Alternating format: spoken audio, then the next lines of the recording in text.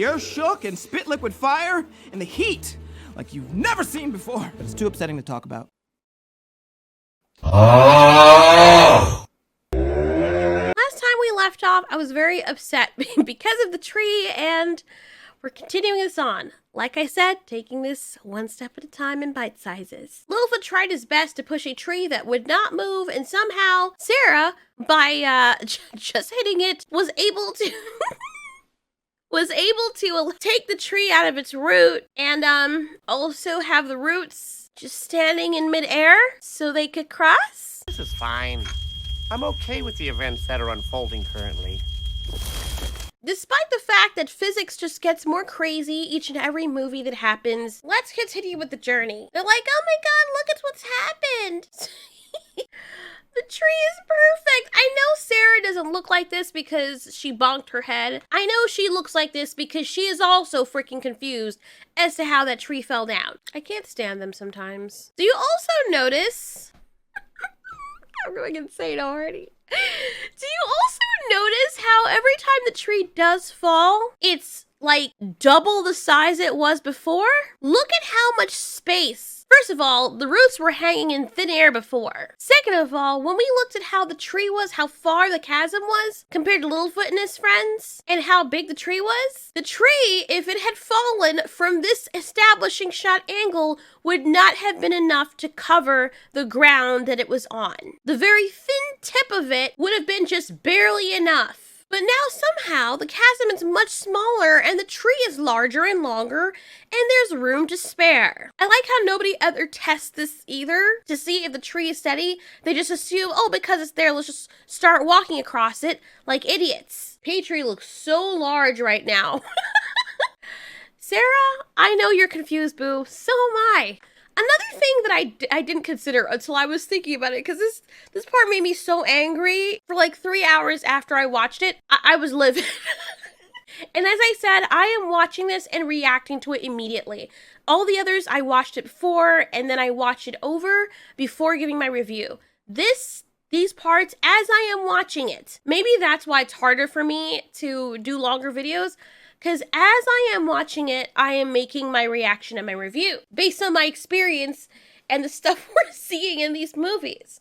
But something occurred to me when Littlefoot said, even if the Long Valley does go there, that will take longer.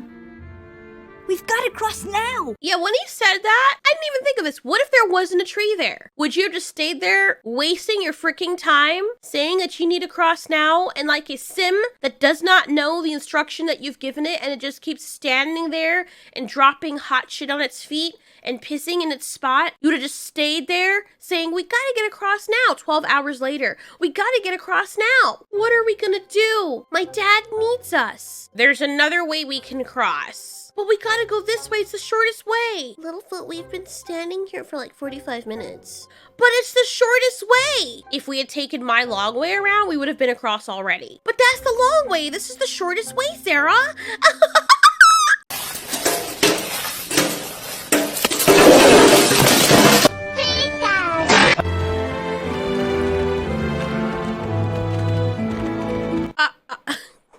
Why is Petrie flying? Bro, you realize you don't have to fly directly over the path of the tree, 'cause you can fly! Anyway, the idiots make it to the other side, and now they're closer to the burning mountain.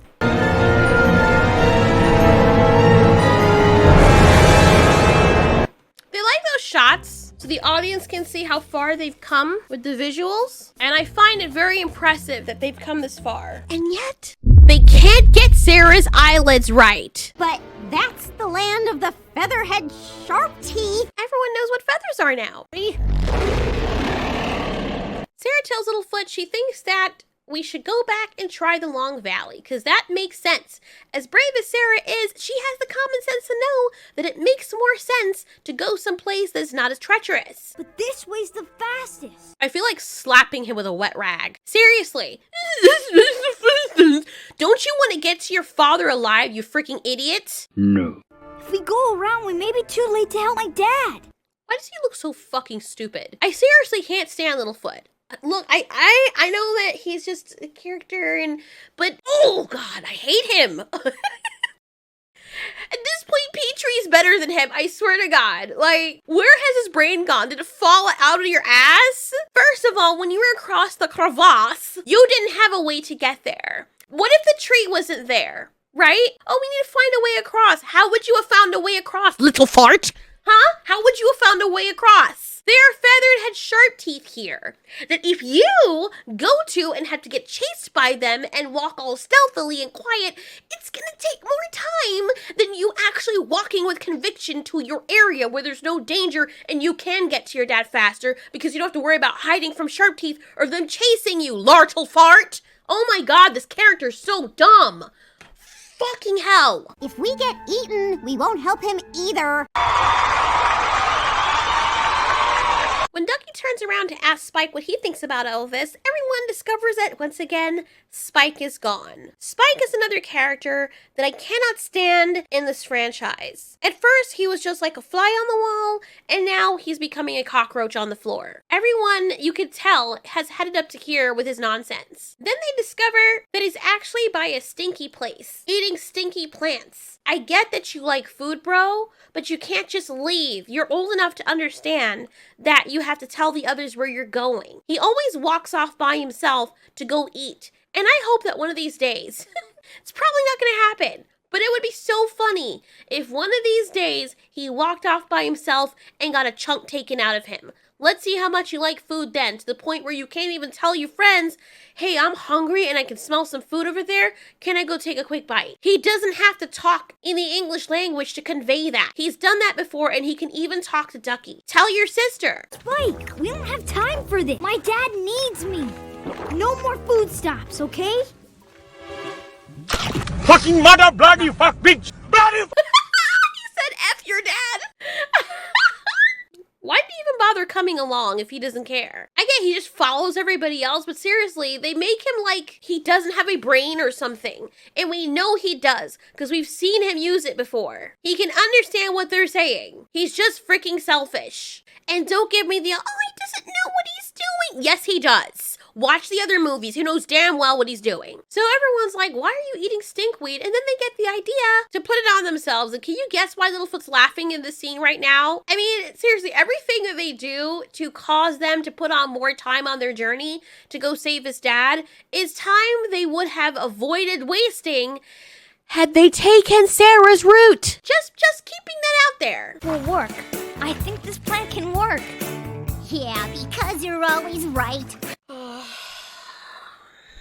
They waste so much freaking time singing that they could have... I guess they don't really need to be anywhere. If we be hot and stinky. I guess your dad doesn't need help, Littlefoot? I guess your dad doesn't need help? You're all sitting there and singing instead of having the plan and being like, all right, let's hurry up and go. You're rushing everybody else, but you're sitting there singing! Like, this goes on for so long. You would think that this was the purpose of the mission. You got to be hot and stinky, stinky and hot. See, like, oh my god, I want to rip my nose off my face. His dad... According to how he was acting only moments before, his dad was on the brink of death. You risked your friends' lives and that of your own to cross a crevasse because it was faster. Yet you utilized the time that would have taken for you to take the safe way to sit here and sing. They sing this song for like 2-3 minutes, and then they finally go on their mission. And this next part is exactly the reason why everyone should have just listened to Sarah. Try not to grind my teeth together, because this is really annoying, and go the other way around. Because now that you don't know the area, there's so many places for the sharp teeth to hide, and you've been told that there are feather-headed sharp teeth out here. Now you have to be extra careful and waste time ducking and weaving from these sharp teeth. And that's exactly what happens. Get back, everyone. Now they have to hide. Look at how much time they're wasting that they didn't have to waste. Seriously. What are these? I don't know why these dinosaurs remind me of the Hasidic Jews that I used to live by. They're not allowed to shave the sides of their heads, so they have like these tendrils that just hang down from the sides. I think it's called paya. I don't remember what it's called, but I remember the first time I saw that and I was like, damn, them curls though. The perfection. Some of them crimped theirs, and the curls that were just, I couldn't even get my curls that perfect. But these Abraham Lincoln dinosaurs are just going rugged. Look how much time Littlefoot's dumbass is wasting. Look at his stupid face. It looks like it belongs inside a cheeseburger or something. He's so annoying. You idiot. If you had just listened to Sarah, you wouldn't have to do this, and your friends wouldn't be in danger. Not as much as they are here.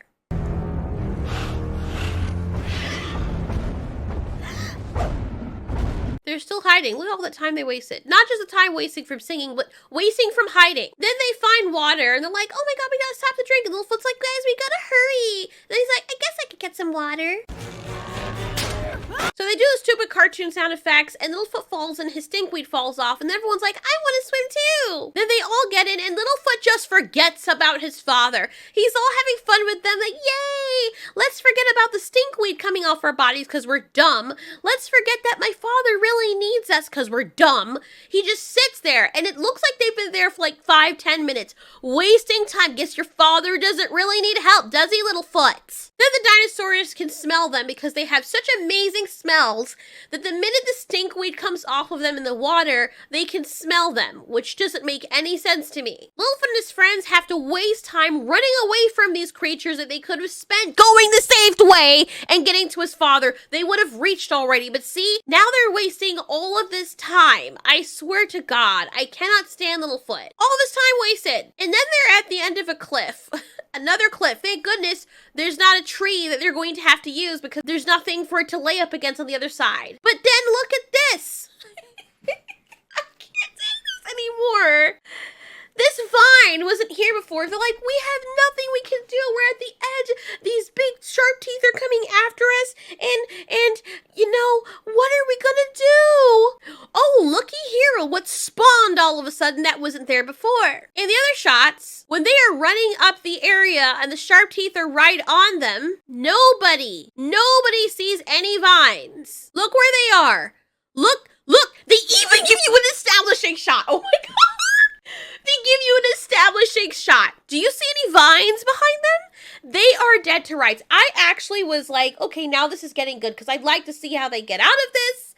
This is interesting. Finally, maybe a creative way. Oh no. What are we gonna do? Oh yeah. Land Before Time 2, didn't they use the shishy viney thing to do it? You know, let's do that again. But there's no vines here this time. Are there? See, in Land Before Time 2, it made sense, because as Littlefoot was running, there were already vines in the area, as you can see. Vines already in the area, so all Littlefoot had to do was already use the environment that he was placed in. He's like, oh, look, there are vines around here. He grabs some, and Chomper grabs the other. First of all, this was stupid in of itself. Let's ignore this.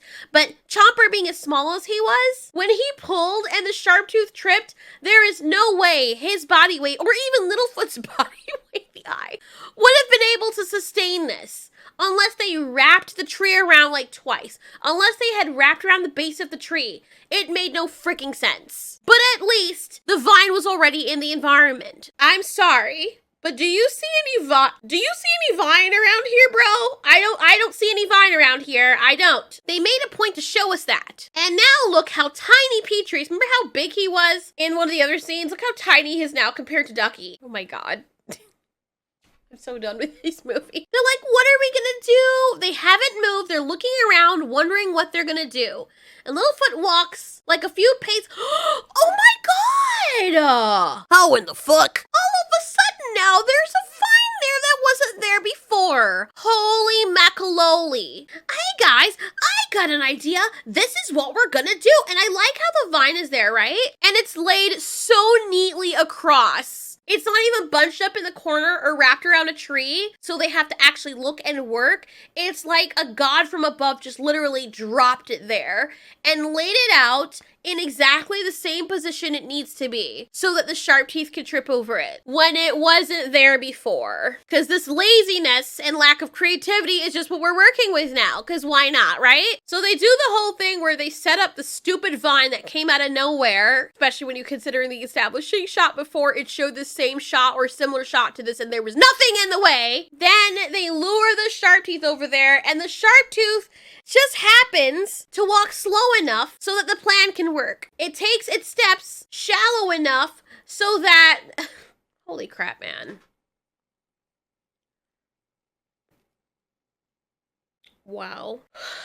I feel like my brain is dying. Or it's already dead. I don't know. Would have been great if they came up with another creative way for the friends to get out of the situation, but that's too much to ask. So this dinosaur falls over, and by all it means, it should be dead, but it doesn't die. Because apparently they don't feel good about killing dinosaurs anymore after the first movie, for some stupid reason. But we mustn't forget that there are two of these things. So the other one comes over, and Sarah now is feeling confident, even though they were scared before. Now remember, everyone was talking about these feather-headed dinosaurs. The whole idea was that they're scary. You know, like the sharp teeth used to be. The whole idea is that they're supposed to be terrifying, and that's why people are talking about them.